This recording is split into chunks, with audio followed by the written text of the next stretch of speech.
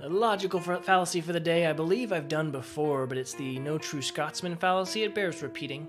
It's making what could be called an appeal to purity as a way to dismiss relevant criticisms or flaws of an argument.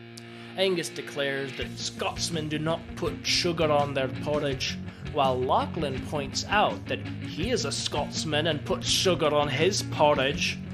And furious, like a true Scot, Angus yells that no true Scotsman sugars his porridge.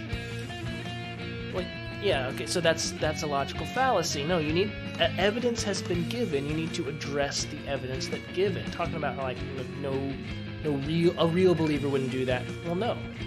Address the evidence, okay? No true Scotsman fallacy. Don't do it.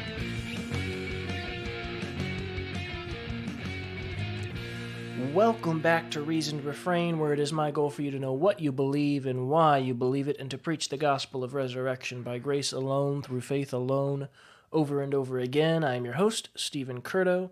Please feel free to talk back to the show by emailing Stephen@reasonedrefrain.com. That's Stephen, Stephen, the correct spelling, at reasonedrefrain.com. Drink of the day is a Dalmore 12-year.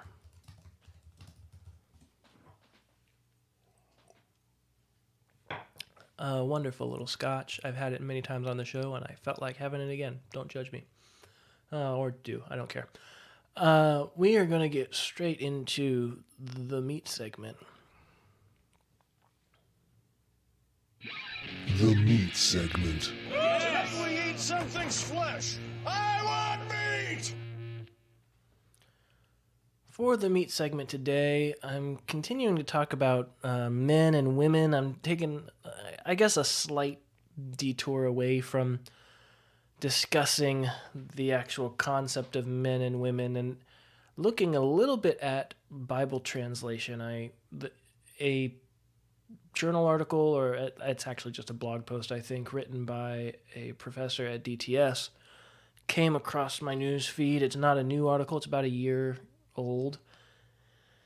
But this has been a drum that she's been beating for a while, and I thought it might fit in nicely. The article, or the blog post, is titled "The Bible, Women Are More Present Than We Might Think." Article by Dr. Sandra Glahn. She's a professor at DTS. Generally speaking, I disagree with almost everything she says, and this is a slight exception. Basically, I just think she's a little bit dishonest with how she presents herself. She pretends to be a complementarian, and she uses that language, but she would like to completely redefine what it means and confuse people with language. And that's, I think, what she tends to do a lot, all in the name of trying to be clearer. And so I'm going to read this, or big portions of this article, to you and just sort of comment as we go and hopefully bring a few things to light. One of them, so we'll just start. Recently, I heard from a woman who said that since about the age of 12, she had attended church weekly, sometimes multiple times a week, yet in all those years she heard little teaching that features, highlights, or affirms women. She said, "From a very early point in my journey, I would consider whether words like he meant he, men, or disciple were intended for everyone or just males. In many instances during my studies, I would replace those words with she or women in my notes, because it made it feel more personal and applicable to me as a woman. Still, I have pretty much always felt like an outsider, or like there was something wrong with me. I have often felt like the church was the most repressive institution for me as a woman, and I do not think that could possibly be Jesus' intent, given the way he interacted with women. Indeed, exclusion of females is not reflective of Jesus. Paul gets a bad rap, too. But he held a much higher view of women than we often hear. Is it any wonder that women are leaving churches in unprecedented numbers?" At this point, she links to a Barna study that actually doesn't show that women are leaving churches in unprecedented numbers. It shows that people are leaving churches in unprecedented numbers, which I find kind of ironic.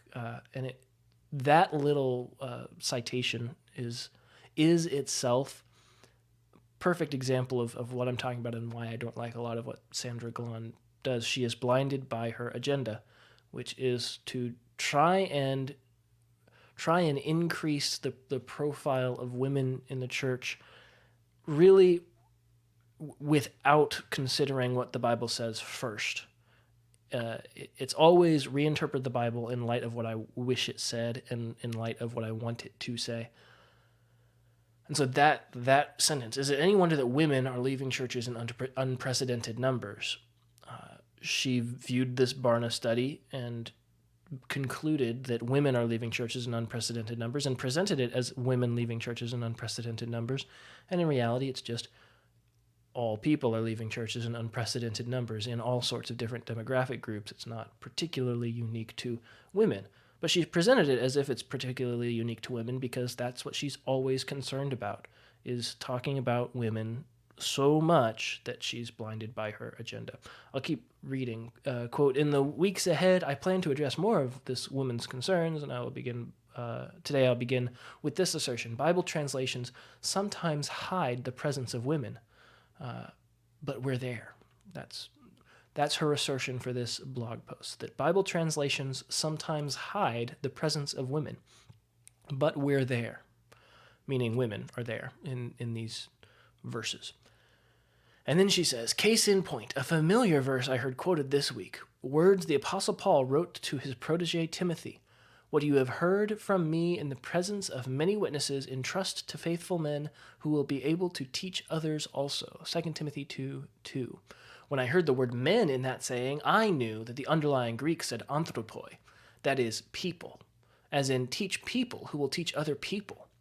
But I wondered if others in the room heard it that way. Did the males in the room do the mental gymnastics to include their sisters, daughters, wives, nieces, female co-workers? Did the females hear themselves represented? Or did they assume the apostles' exhortation only applied only to somebody else? Increasingly, when people hear the word, quote, men, they don't think humans. They envision only males. Some good data on language use backs up this assertion. Again, she links to another study that does show basically that when people hear the word men, they think of males. In fact, saying men when we mean people now qualifies as Christianese. This is her final assertion. All right, let's back this up a little bit just for the people who don't know Greek, which is most of you, and that's the people who she's writing to. There's a couple of different words in Greek that can and do get translated as men. One would be andros, or aner in the nominative. Aner means man, male, means guy with male reproductive parts. That's the word that means man, and that's all it means. Another word that gets translated men, anthropos, or the plural anthropoi, means man. And sometimes, in some contexts, particularly when it's talking about in the plural, men, the group in question has both men and women. Why is this? Well, in languages that are gendered, meaning basically Latin-based languages, if you know Spanish or Italian or French, this is not uncommon to you. A noun, when it's made plural, referring to both men and women, takes the masculine form in the plural. So if you want to say, hey, there's that group of men over there, what you mean is there's this group of humans over there. They might be men, they might be women, they might be both men and women. Or actually, I guess I should say, they might be men, or they might be both men and women. And the only way you can distinguish is context. Or if you switch to a different word that specifies male men. The word men in English functions the same way. When we talk about men of God, we're not always necessarily talking about males. We are sometimes talking about humans. The word men and the word man is the same in English. Sometimes we're talking about males, sometimes we're talking about both males and females, and context clarifies which one we're talking about. It is a little bit more of an old-fashioned way of speaking, but it is the still technically correct way of speaking. This is something that really bothers me about this is related. It sounds like a tangent, but it's not. The transgender movement seeking to use the plural pronoun they to refer to a singular individual. Well, we already incorrectly use the plural pronoun they when we're talking about an individual person. We use it whenever we're talking about a hypothetical person.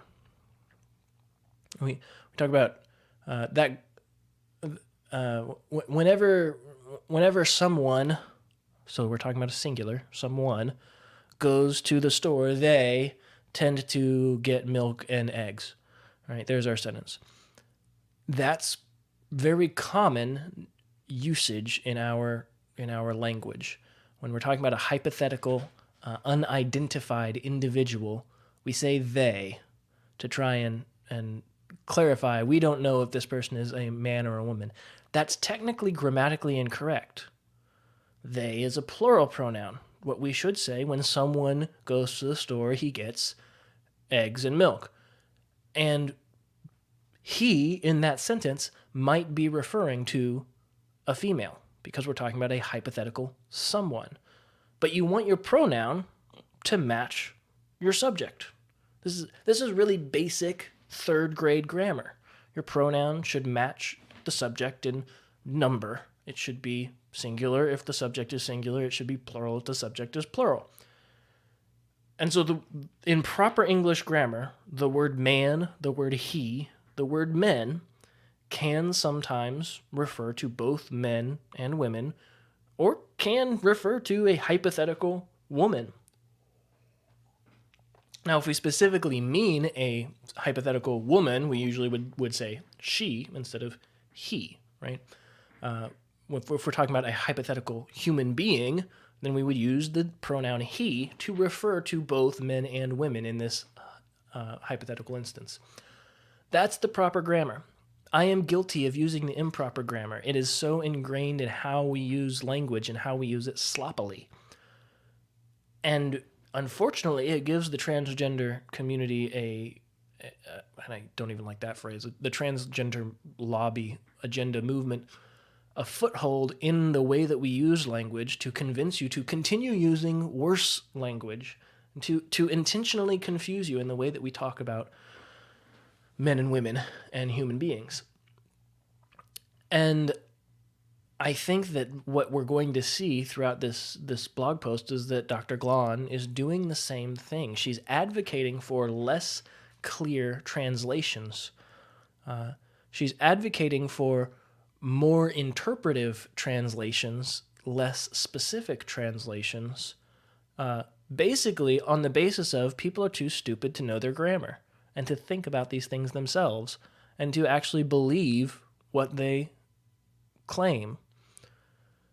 So we'll keep reading and we'll see an instance of that, I think. Or maybe not. Maybe that was a different article that I was reading of hers that was talking about the same thing, because she writes about the same thing a lot. So did the males in the room do the mental gymnastics to include their sisters, daughters, wives, nieces, female coworkers? Did the females hear themselves represented? Well, they should have, because in that sentence, the word men probably does refer to men and women. However, in that particular sentence, 2 Timothy 2:2, it's actually not quite clear if we're talking about both men and women. A strong case can be made that we are just talking about males, men. When he says, the things which you have heard from me in the presence of many witnesses, entrust these to faithful men who will be able to teach others also. Now, Dr. Glahn breezes by this and says, well, no, of course it means both men and women because the word is anthropoi. Well, guess what? Sometimes the word anthropoi means man, or men, I should say. Sometimes the word anthropos means man, and it doesn't mean people, including women. Context is what determines this. The next paragraph, after, in fact, saying men when we mean people, now qualifies as Christianese. Next paragraph, anthropoi can mean humans or males. So we ask, so she affirms, she recognizes sometimes anthropoi does just mean males, men. So we ask, Were the many witnesses to whom Paul spoke males only? No, Paul publicly taught men and women. Okay. What you have heard from me in the presence of many witnesses. Okay, so the fact that women are among the witnesses matters not at all, but we're bringing that up for some reason. Next sentence, did he expect women also to pass on what they heard? And she answers this question, he did. See Titus 2:3. Here's the problem. Like I said, what determines if the word anthropos means male, or if it means gender-neutral people, humans? Context. Context determines that. So you notice she cites 2 Timothy 2:2 as the verse that we're talking about. Teach and the things you've heard from me in the presence of many witnesses, entrust to faithful men who will also be able to teach. And then she cites an entirely different letter to say, well, Paul wanted women to teach too. Okay, but is that what Paul meant by the word anthropoi in 2 Timothy 2:2? The way you can tell is by looking in 2 Timothy 2, not in Titus. How Paul uses the word anthropoi in Titus and how Paul instructs women to behave in Titus does not matter nearly as much as the immediate context of the use of the word anthropoi in determining if anthropoi does in fact mean men or men and women. And actually, Titus 2, when he says it, it's kind of unclear if he is instructing just elders to do this thing or if he's telling men and women to do this thing. Throughout the entire book of 2 Timothy, it's a little bit unclear if the things that he's telling Timothy to pass on, is intended for the elders or not. This sentence in particular is the most likely to be talking about just elders. You, therefore, my son, meaning Timothy, be strong in the grace that is in Christ Jesus. The things which you've heard from me in the presence of many witnesses, entrust these to faithful men who will be able to teach others also. If we can use 1 Timothy, which is a closer context since he's writing to the same recipient, it's very clear from 1 Timothy that only men are to be elders, and he tells Timothy in 1 Timothy chapter 2 that women are not to teach men. And in 2 Timothy, following up on the letter he previously wrote, he tells Timothy to entrust these doctrines to faithful men. Is it still possible that he's talking about entrust what he's taught to both men and women in order that they should teach? Yes. Is it also possible that what Paul has in mind when he says this is he has in mind the elders? This thing that I'm telling you, make sure all the other elders hear this, because you, Timothy, are an equal elder with those others, and you all need to be accountable for it. I'm giving you something as an apostle, and so the elders of the churches need to take heed. That's also extremely possible. So the clearest rendering of this is to match the gender of the noun in question and let English speakers, and preferably English speakers who know Greek, to sort out in this context which one is which. There are some places where the context is quite clear, which she goes on to cite.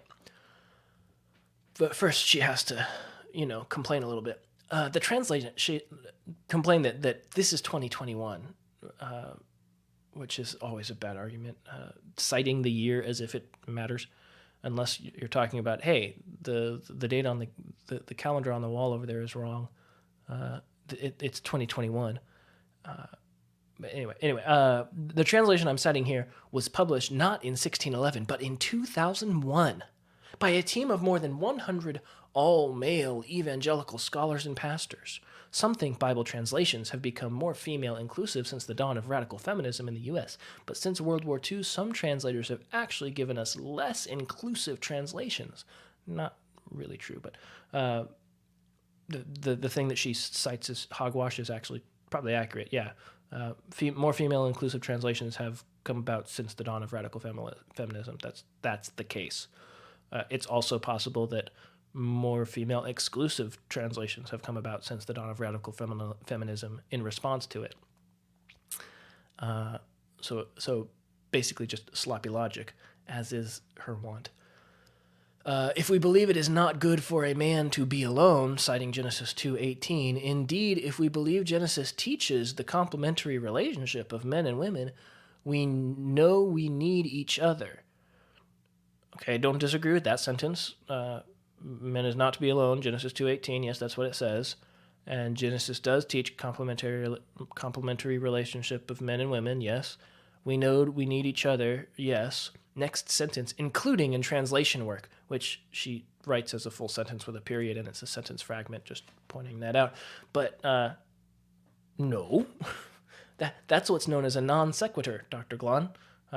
Quote, we know we need each other, including in translation work, does not follow from Genesis 2:18 that there's a complementary relationship between men and women. Actually, the whole point of complementarian views is that certain functions, certain roles, certain jobs have been given to men, and other jobs and roles and functions have been given to women. And so it's perfectly plausible, and I actually think accurate, to say that translation work and the teaching of scriptures to the church at large through translation is something that is supposed to be done primarily by men. She cites the fact that all male evangelical scholars and pastors did this translation 2001 as if it itself is something wrong. And I'm like, well, no. The work of teaching scripture, and I do think that translation is a function of teaching, is to be done by elders. My problem is that it's being done not just by all men, but by, quote, evangelical scholars, which I don't really have a whole lot of respect for the term scholar. I'd love to see 100 all-male elders in churches who know their languages very well and teach the word faithfully. They're the ones doing the translation. But that aside, your assertion that we need each other, including in translation work, is simply a non sequitur. It's illogical. You would need to cite other biblical passages that say, hey, women should be translating, which you can't find. There's also no passages that say men should be translating. This would be more of a systematic theology question to answer. One would think that would be a no-brainer. Well, you set yourself up there for a rather rude comment, so I will just pass it by. So let me read that whole chunk again so you hear it all in context. If we believe it is not good for a man to be alone, Genesis 2:18, indeed, if we believe Genesis teaches the complementary relationship of men and women, we know we need each other, including in translation work. One would think that would be a no-brainer. Moving on down a little bit.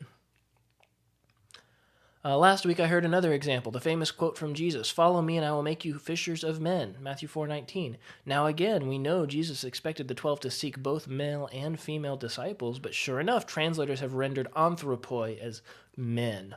In fact, they included this tiny footnote. The Greek word anthropoi refers here to both men and women. So these translators acknowledge the author has both men and women in view, but they still render the language in a way that excludes females. Why would they do that? Perhaps because they care about being accurate to the original text? Perhaps because when you're translating, there are different philosophies you can approach a text with. One of them is word-for-word accuracy. The other is thought-for-thought accuracy. The NASB is trying to be as wooden and literal, as close to the Greek as possible. And so the actual closest English word that is equivalent to anthropoi, the word in English that has the closest semantic domain to anthropos, is man, because in English, man, as I've already explained, can refer to both a man or a woman, and men can refer to a group of either just men or a group of both men and women. That's exactly how anthropos functions in Greek. So translating the word anthropos as man, or translating the word anthropoi as men, is the most literal to the original language. You have an English word whose semantic domain lines up almost exactly with the semantic domain of a Greek word. You use that word if you're going for formal equivalence as opposed to functional equivalence. So why would they do that? Well, because they're being faithful to the translation philosophy that they set out to translate according to. Sorry for ending a sentence with a preposition. That's why. And they still tried to throw you annoying feminists a bone by saying the word anthropoi here. I actually think they were too generous. They said the word anthropoi here refers to both men and women. Well, technically, the word anthropoi here means men. And from the context, it does seem like it's probably being used in a, quote, gender inclusive, a sex inclusive sense to refer to both men and women. But what they should have put in their footnote, in my opinion, is the word anthropoi may refer here to both men and women, because that's more accurate. Or you might say probably refers here to both men and women. We can't know with 100% certainty that the author has both men and women in view. We can take a pretty good guess, and it is a pretty good guess. That one's like one of those 99% accurate guesses, I think. But it's still not slam dunk. So the outrage here is a little bit funny to me, mostly because it just reveals a lack of understanding of translation philosophy, a lack of understanding of Greek, which she doesn't actually know. I know this from reading lots of her posts where she seems to indicate that she doesn't know the original languages, and yet she's very comfortable and confident in constantly citing the original languages, which always bothers me, whether a man or a woman does it. But it particularly bothers me when somebody does it and draws the wrong conclusion. I've already written about other examples of gender bias. She links to another blog post that she did in the verses she puts in parentheses, a man who walks in the counsel of the wicked versus a person who walks in the counsel of the wicked. Or in parentheses, a man who should provide for his own family versus someone providing for that person's own family. Well, no, that one, no, that means man. But I'm getting sidetracked. As is evidenced by the correspondence I've referred to above, many people have not even been told that the very word disciple in the New Testament refers to male and female followers of Jesus, but Dorcas is explicitly called a disciple. Part of me is a little bit, I mean, what I'm actually learning from this is reinforcing one of my own preconceived biases or notions, that the state of our churches and the instruction in our churches is so woefully lacking that there are actually committed Christians who've been Christians for many years who don't understand that the word disciple refers to both men and women. That there are women out there who believe that the word man doesn't mean men and women in some contexts, that Bible teachers are communicating in some way, evidently, to a lot of people. I've never met anybody who's expressed this to me. I've only met the crazy feminists who express this sort of a thing, that, I read the Bible and it says men, and I just think, well, that doesn't apply to me. I feel so beaten down. And, well, first of all, I'd encourage the advice that Paul gave, which is go home and ask your husband. And I think that that's generally good advice. But further, what are your elders doing? If they're not, what are you doing by just demurring and somehow getting the message that you're not supposed to ask that question, and you're supposed to just think that the entire Bible doesn't apply to you because it uses proper grammar that is gendered? But what are your elders doing? that they're allowing that sort of a massive misconception to just go by for years and years. We need better Bible teachers. What you're going to find through the end of this blog post is that Dr. Glahn's prescription is change the Bible translations to make it less accurate to the original text, but more, quote, gender inclusive. That's a bad idea, in my opinion. I, as someone who knows the original languages, when I'm reading in English, I favor the wooden, more formally equivalent translations, because that helps me to recognize the Greek underneath without reading in Greek. Well, I can't sit down and read in Greek, but it's a little easier to read in English sometimes. I'm tired.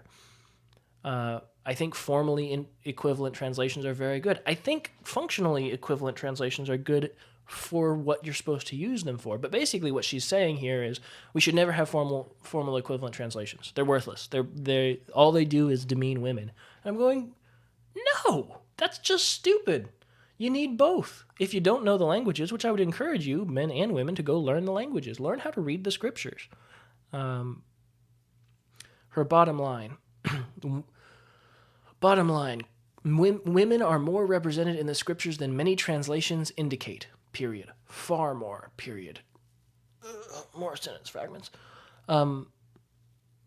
Yes, I agree with that. Women are more represented in the scriptures than many translations indicate. Period. Far more. Period. Yeah, for all the reasons that she's citing, yes. There are words that get translated as man or men in English, formally equivalent translations that do not, quote, represent women. Sure, I agree with that. I don't view that as a problem of the translation. I view that as a problem of the reader who looks at that and goes, well, Jesus must not have been teaching me with this statement because I don't know what the word men means in English. Well, I need to call you, reader, to a higher standard. Learn grammar. Learn English. Don't be so complacent and content with poor grammar and bad English. Learn what these words mean. The answer is not get rid of formal equivalent translations. She says here at the end, the best source for clarity on the topic of women's inclusion in the Greek New Testament is the Greek New Testament. The best source of clarity on the topic of women's inclusion is the Greek New Testament. But the ability to learn Koine Greek or Hebrew, languages in which the Bible's human authors wrote, is a privilege most people don't have. I agree with the statement, so my challenge would be call people to learn the languages. We talk about learning the languages as if it's this insurmountable, unattainable, high standard that just the average Christian could never do. That's not true. Don't think of so little of yourself. First of all, we're living in an age where access to the ability to learn the languages has never been more prolific. You can go online and find plenty of completely free courses in Biblical Greek and Hebrew and teach yourself Greek with the magic of the internet and the YouTubes. You can go to my own website, mygiveonthings.com, where I actually teach Mounce's grammar of Biblical Greek up through the beginning of the verb system, and you can do that for free. The videos are out there. It's a matter of committing oneself to the practice. Do I think that all Christians are supposed to go learn Greek and Hebrew? No. Do I think that more Christians should go learn Greek and Hebrew than who have? Yes, absolutely.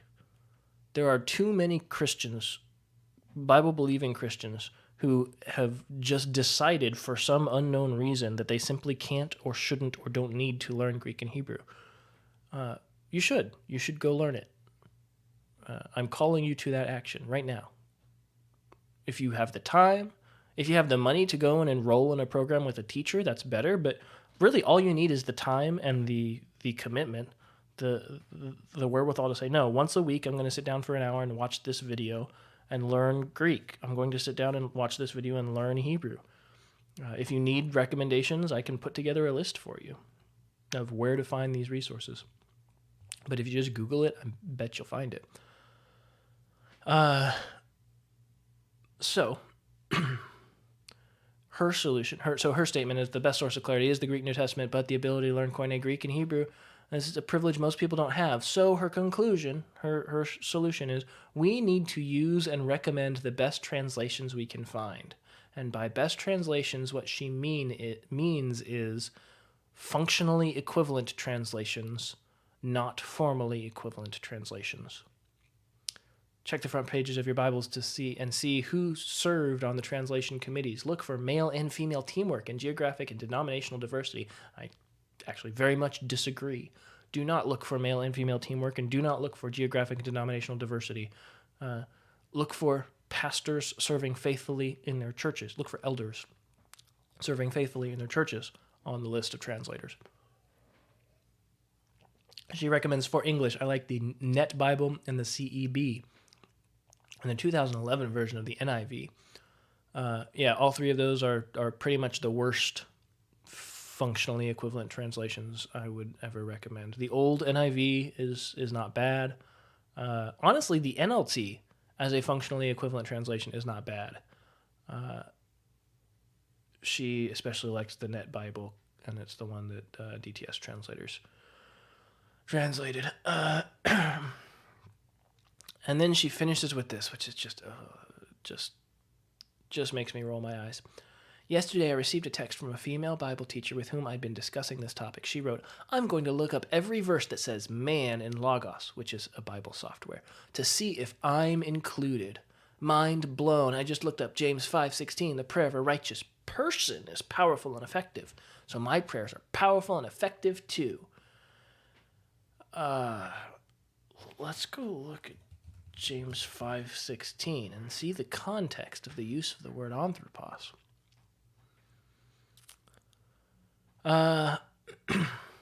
James 5, let's start in verse 12. But above all, my brothers, do not swear either by heaven or by earth with any other oath, but your yes is to be yes and your no, no, so that you may not fall under judgment. Is anyone among you suffering? Then he must pray. Is anyone cheerful? He is to sing praises. I'll just point out here that in verse 13, great use of he, referring to both men and women. Is anyone among you suffering? Right? It introduces with a hypothetical singular individual, and then we use the singular first-person masculine pronoun, or singular third-person masculine pronoun he, to say who this anyone should do. He must pray. But what do we mean by that? Well, he or she must pray. That would be the more gender-inclusive, grammatically correct way of saying it. Is anyone among you suffering? Then he or she must pray. Is anyone cheerful? He or she is to sing praises. Is anyone among you sick? Verse 14. Then he must call for the elders of the church, and they are to pray over him, anointing him with oil in the name of the Lord, and the prayer offered in faith will restore the one who is sick, and the Lord will raise him up. And if he has committed sins, they will be forgiven him. Therefore, confess your sins to one another and pray for one another so that you may be healed. The prayer of a righteous man can accomplish much. Elijah was a man with a nature like ours, and he prayed earnestly that it would not rain. Okay, possibly what you're saying is accurate. How would you defend that? Verse 16, well, confess your sins one to another and pray for one another so that you may be healed. So the instruction seems to be going out to everyone in the church. However, counter-argument, what he's just finished saying is when someone is sick, call together the elders of the church, who it's very clear from 1 Timothy 2 are to be men. So the effective prayer of a righteous man might be referring to the men of the church. Going through and willy-nilly looking up every occurrence of the word anthropos and saying this means both men and women is really, really sloppy hermeneutics. But that's what she encourages at the end of this. The prayer of a righteous person is powerful and effective. No, what it says is the prayer of a righteous man is powerful and effective. And by men, probably, I would say probably, I'd give it what, 90-10 odds that in that context, because of the sentence which precedes it, it does mean man or woman. So you could rightly render this, the prayer of a righteous man or woman is powerful and effective. But the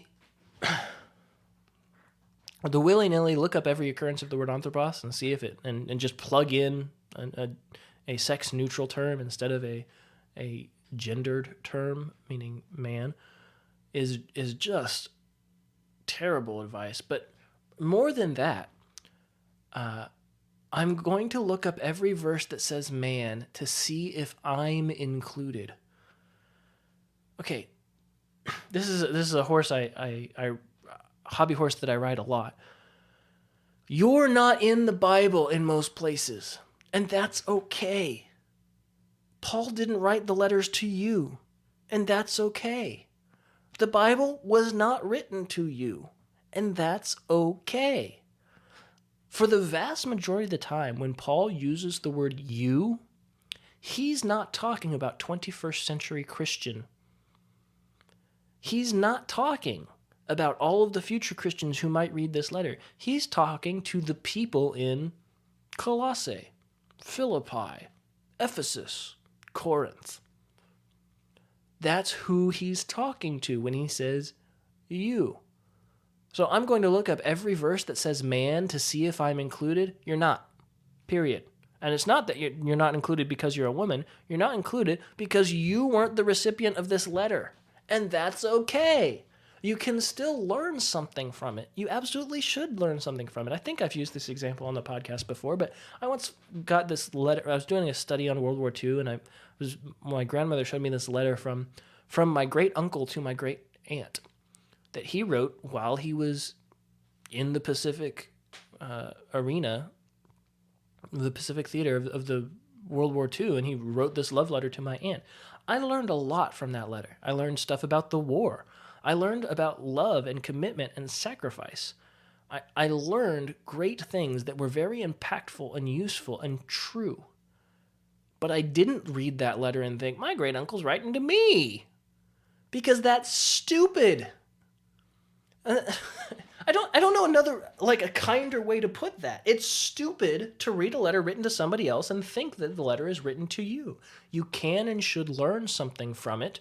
And in the places in the letter where it is clear that the future generations of the church are in view, you might include yourself in the statements made.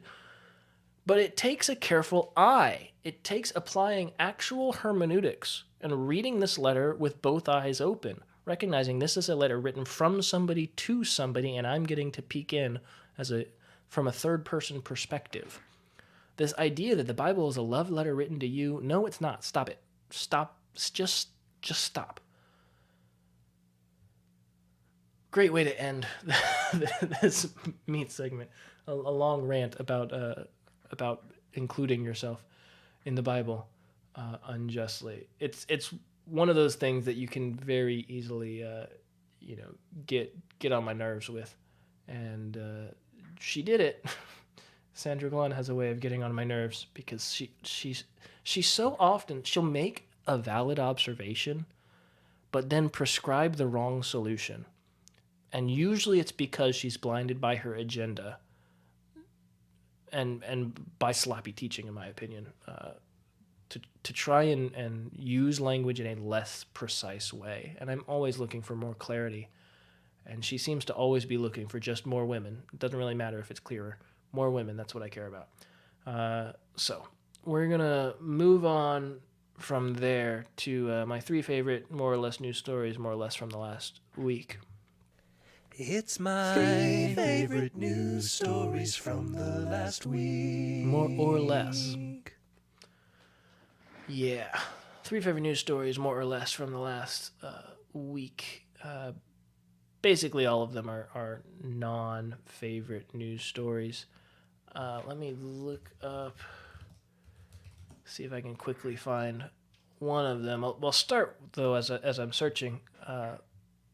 Obviously, the thing that has been dominating the news cycle for the last week, really, I guess it's been about a week at this point, that would be the shooting at Uvalde elementary school. A bunch of some insane, deranged, evil man went into an elementary school and shot it up. And kind of what my reactions to this. My initial reaction is always to not listen to the news for a week after a new mass shooting has happened, because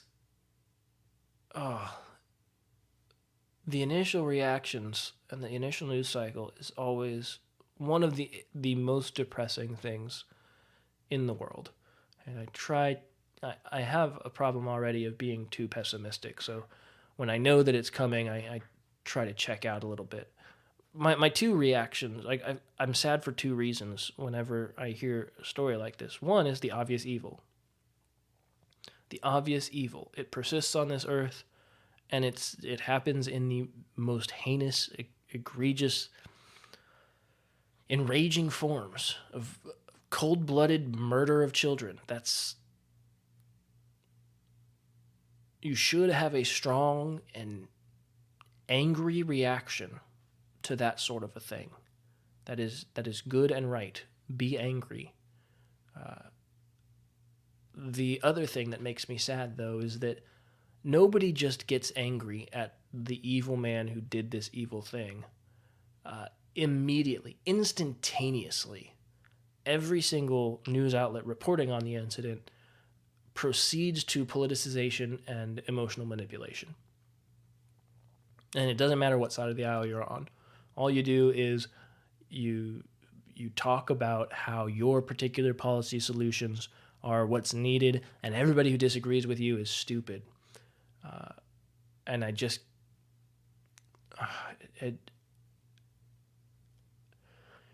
I try not to comment and think about these things for a little while. I guess it's been long enough that I could comment. Maybe I should comment next week because I need a little bit more time to marinate. I'll just leave it at that. Next week we will do a debrief of gun control lobbyists and their reactions to mass shootings and how much it enrages me. But the second news story, one that's at least I can comment on a little bit more, is a progressive church in Texas sang the lyrics to, I think it's a Chris Tomlin song. The Chris Tomlin song is "You're a Good, Good Father." You know the one? Excuse me. It's one of those ones that I put into the category of not necessarily heretical, but also just an annoying song that's very repetitive. It's "You're a good, good father. It's who you are. It's who you are. It's who you are. And I am loved by you. It's who I am. It's who I am. It's who I am. You're a good, good father. It's who you are. It's who you are. It's who you are. And I'm loved by you. It's who I am. It's who I am. It's who I am. You're perfect in all of your ways. You're perfect in all of your ways. You're perfect in all of your ways. You are a good, good father. It's who you are. It's who you are. It's who you are." Like, oh, you've said a true thing, not in the most eloquent or even the best way that you could say it, but I guess I'll give you credit for saying a good thing. Now, can we say something of substance that leads me towards actual worship of this good, good father? But this church wasn't content with a true song that is inanely repetitious. They had to replace it with an untrue song that's inanely repetitious. They sang, "You're a good, good mother." Let's just we'll listen to a brief section of it. Deeper still as you call me, deeper still as you call me, deeper still into love, love, love. You're a good, good mother. It's who you are. It's who you are. It's who you are. It's who I am. It's who I am. It's who I am. You're a good, good mother. It's who you are. It's who you are. Okay, enough of that. God's not a good, good mother. You managed to take the one thing that was okay about that song and just toss it right out the window. Yeah, it was Mother's Day, so we sang a good mother. On top of that, this wonderful, it's a Methodist church because the Methodists, they're united in their walk away from truth. At least the American Methodists are. They closed out their prayer with a prayer to Heavenly Mother. I'd like to pray for all of us. Can we pray together? Heavenly Mother, how we thank you for this rich picture of who you are to us, for all of these metaphors that expand our understanding of how very much you love us and pursue us and want to be with us and for us. We pray today for those among us for whom this is a hard day. We've got two women on stage. It looks as if they've just finished teaching or having a discussion is what it looks like more, because you can't be, bigoted and do something like teach the truth. That would be way too presumptive to say that we know the truth and we should teach it to our congregation. But you got two women, and then one of these women stands up and prays to Heavenly Mother, because what's the point of, respecting God's chosen pronouns? You got to respect the pronouns unless they're the ones that God chose. He did inspire authors to write in language that had gendered pronouns, and he chose masculine pronouns, but we know better than him. And so we're going to make sure to call God Mother. If you do this, you are not practicing Christianity. You're just not. There's more to this news story. This Methodist church demonstrates a clear lack of understanding of gender and language. They took a feminine adjective in Hebrew and said that means that God is female. No, that means that a feminine adjective is a feminine adjective. Oh, it hurts me. People learn grammar. Learn another language. At this point, just learn any other language than your own, and so many things will become clearer to you in that endeavor.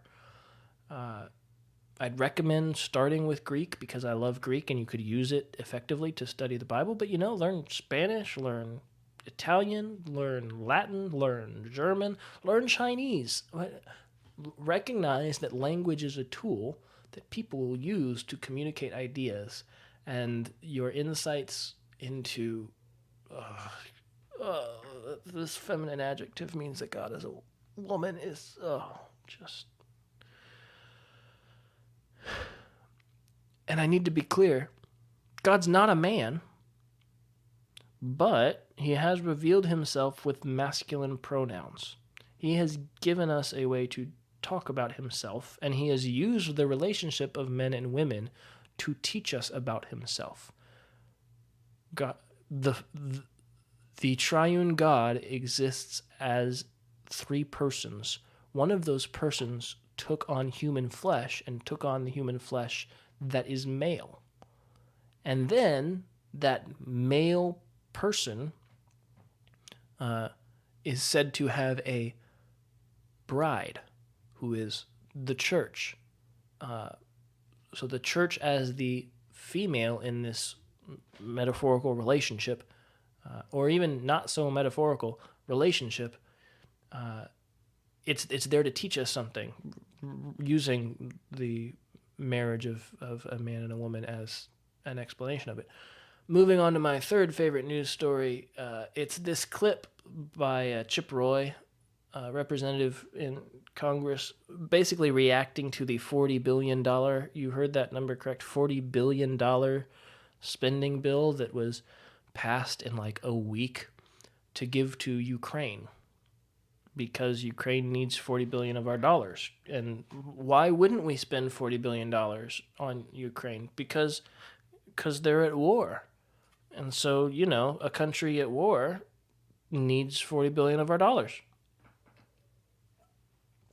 When inflation is at probably more like 13% at this point, gotta send out that $40 billion. Print more dollars, guys. That's what's needed. And if you don't want to do it, then you hate Ukrainians. No, or you're a fan of fiscal responsibility and you're a fan of state sovereignty and independent nation sovereignty. And but Chip Roy had a great rant, so I'm just going to play the rant in its entirety, or at least the clip that I pulled in its entirety. Here you go. Thank you, Madam Speaker. The gentleman from Maryland talked about protecting this institution, but we got a $40 billion bill at 3 o'clock in the afternoon. I haven't had a chance to review the bill. My staff is poring over the pages trying to see what's in it. You want to talk about the institution? You want to talk about standing up alongside Ukraine? Why don't we actually have a debate on the floor of the People's House instead of the garbage of getting a $40 billion bill at 3 o'clock in the afternoon? Not paid for, without having any idea what's really in it, with a massive slush fund that goes to the State Department, $13 billion, $8 billion for the Economic Support Fund, $110 million for embassy security. We've got $40 billion that is unpaid for, and you want to sit here and lecture this body about what we're going to do or not do about standing alongside Ukraine? Why don't we talk about the American people who are hurting, the wide open borders, the inflation that's killing people, the jobs that people can't get because of the cost of goods and services in this country? Sitting here and being lectured to when I don't even have time to look at a $40 billion unpaid bill. I make a motion to adjourn. Chip Roy represents San Antonio and Fredericksburg, and I gotta say, good job, guys. You elected a pretty good one over there. $40 billion presented at 3 in the afternoon and asked to vote for it. And if you don't, you hate Ukraine. Don't read it. Just vote for it. It's $40 billion. Yeah, that's fiscally irresponsible. And I'm glad that Chip Roy stood up for some kind of fiscal responsibility, because that's what's needed right now, is somebody to just stand up and say, hey, you know, money's a thing that we probably shouldn't just completely throw out the window, because that's what they're doing. Moving on to Twitface. And it looks as though we're in for a splendid afternoon sport on this, the 127th Upper Class Twit of the Year show. And there's a big crowd here today to see these prize idiots in action. For Twitface today, there was a picture that came across my timeline that was actually in the Princess Bride Christian memes group. I don't see a lot of great Christian memes in that group, mostly just because it's a perfect example of Christians who can't meme. I hope I never become one of those Christians who can't make a good joke with a good punchline, but this one was actually good. The post was just like showing somebody else's post. It's like a status update, right? And the status update said, are there any secular churches around here looking for community but not religion? And then the Princess Bride quote was, you keep using that word. I do not think it means what you think it means. Secular churches. In one sense, I agree, because the word church just means gathering. So what you're looking for is a country club.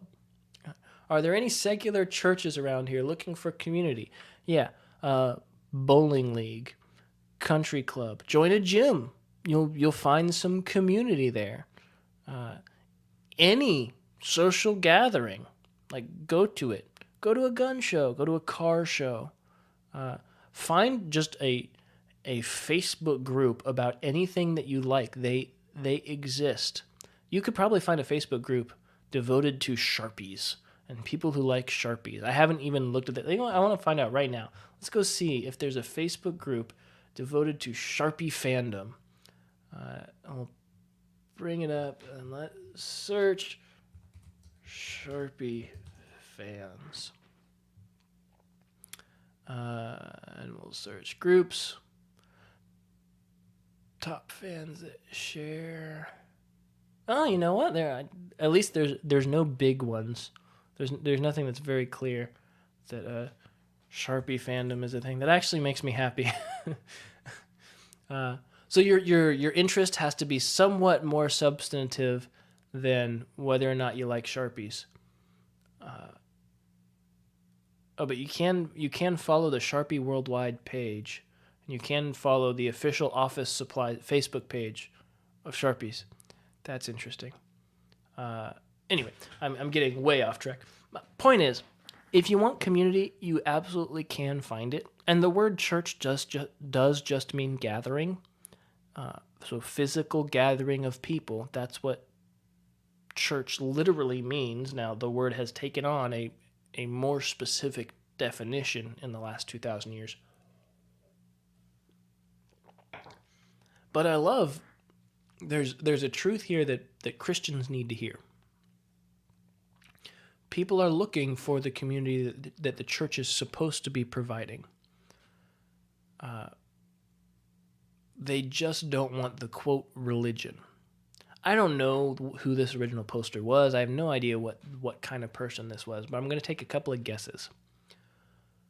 Probably this person was born into a family where the parents called themselves Christians and attended church 2, 3, 4 times a year, maybe 5, maybe even attended church more regularly, but went to a megachurch where the average congregation, the average meeting size was somewhere around 2,000 to 3,000. And this person probably, one of two possibilities, either this person got the idea that Christianity is about being nice, and it's all about the community. It's just about a bunch of friends getting together and hanging out and generally being not terrible people to each other. Or two, this person attended a fundamentalist Baptist church every once in a while and got the message very quickly that legalism is what Christianity is, and you have to wear long denim skirts, and you can't drink alcohol, you can't dance, and you can't smoke, and you can't go bowling, because those are all clearly sins mentioned in the Bible. And so that's what this person means by religion. I'm guessing one of those two sketches. Churches should take heed of both of those and avoid them. What this person, are there any secular churches around here looking for community, not religion? Somehow, this person thought that was a coherent thing to post on Facebook. Is your church promoting one of those two pictures? Is your church a legalistic place where people get the idea that everybody here thinks that you have to wear denim skirts and you have to read the King James only? That's the true inspired translation. And if you put one toe out of line, will bring you straight home. Is that the culture of your church?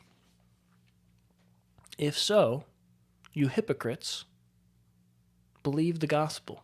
Repent, return to your first love. Flip side, is your church a place where the gospel hadn't been mentioned in the last 6 months? Are people reminded regularly that they are sinners, separated from God by their own sin, saved only by God's sheer grace on their behalf in Christ Jesus? Do they see Christ's sacrifice on the cross as their only hope, as the thing that binds them together, that gives them a meaning and a purpose, that draws them into community naturally, where an 80-year-old widower can be friends with a 15-year-old jock? And that makes sense because they both recognize that they are sinners saved only by grace.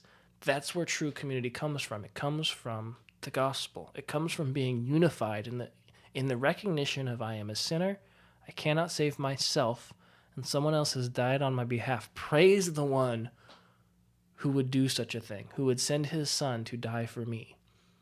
That's the community that you should be fostering. And unfortunately, it's the one that this person has never experienced, and so has such a backwards view of the church that they would ask the question, are there any secular churches around here?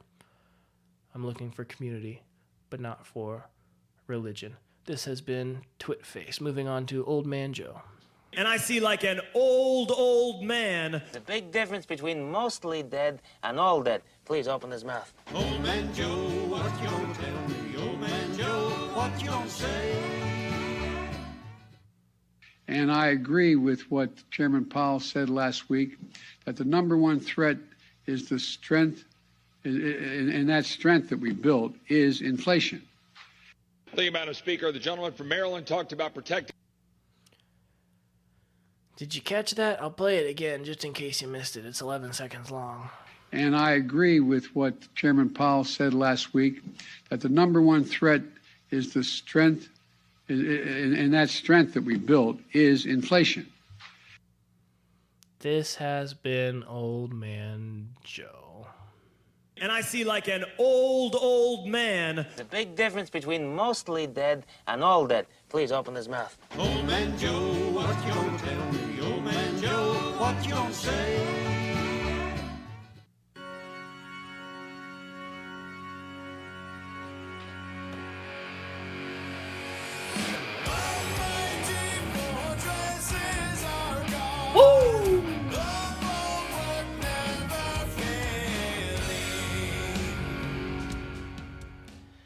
Our hymn today for Hymn Hype is Hiding in Thee, written by William Cushing. The melody was composed by Ira Sankey. Reading from 101 Hymn Stories by Kenneth Osbeck concerning the hymn Hiding in Thee. William O. Cushing was for more than 20 years a successful pastor in the eastern areas of our country. Following the death of his wife in 1870, ill health forced his retirement from the active ministry.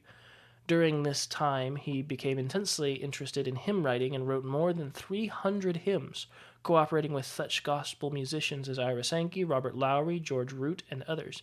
Mr. Cushing has left the following account regarding the writing of Hiding in Thee.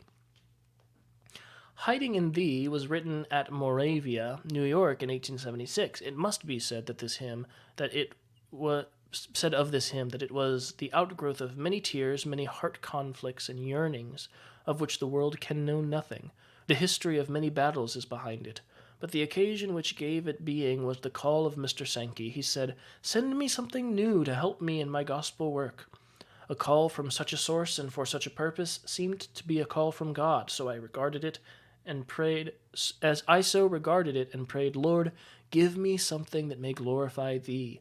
It was while thus waiting that Hiding in Thee pressed to make itself known. Mr. Sankey called forth the tune and by his genius gave the hymn wings, making it useful for the master's work.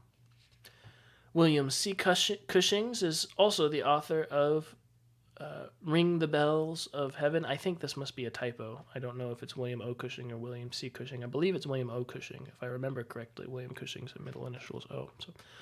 William O. Cushing is also the author of Ring the Bells of Heaven and When He Cometh.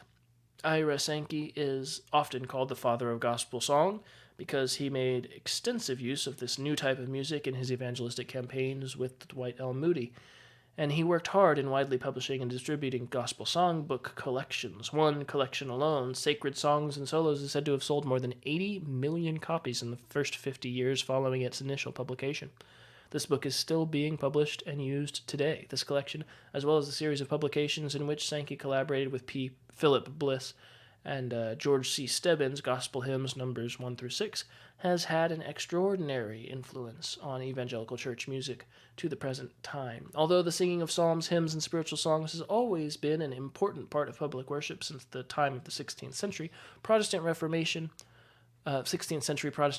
Sankey introduced a style of congregational singing that was calculated to awaken the careless, to melt the hardened, and to guide the inquiring souls to Jesus Christ. It was frequently said that Sankey was as effective a preacher of the gospel of salvation with his songs as his associate, D.L. Moody, was with his sermons. For nearly 30 years, Sankey and Moody were inseparable in the work of the gospel, both in this country and throughout Great Britain. Sankey's smooth, cultured ways complemented and made up for Moody's poor English and impulsiveness. They were often referred to as David and Jonathan of gospel ministry. Ira Sankey had little to no professional voice training. He generally accompanied himself on a small reed organ, singing simply, but with careful enunciation and much feeling and expression. His voice was described as an exceptionally strong baritone of moderate compass. Hiding in Thee first appeared in a collection entitled Welcome Tidings, compiled by Robert Lowry, William Doane, and Ira Sankey in 1877. These are all very big names in the hymn writing world, just in case you're wondering. It was prefaced with the scriptural text, "My strong rock for a house of defense." Ira Sankey also composed the tunes for many other hymns. I wanted to read just a couple of the verses, though, because it's great poetry.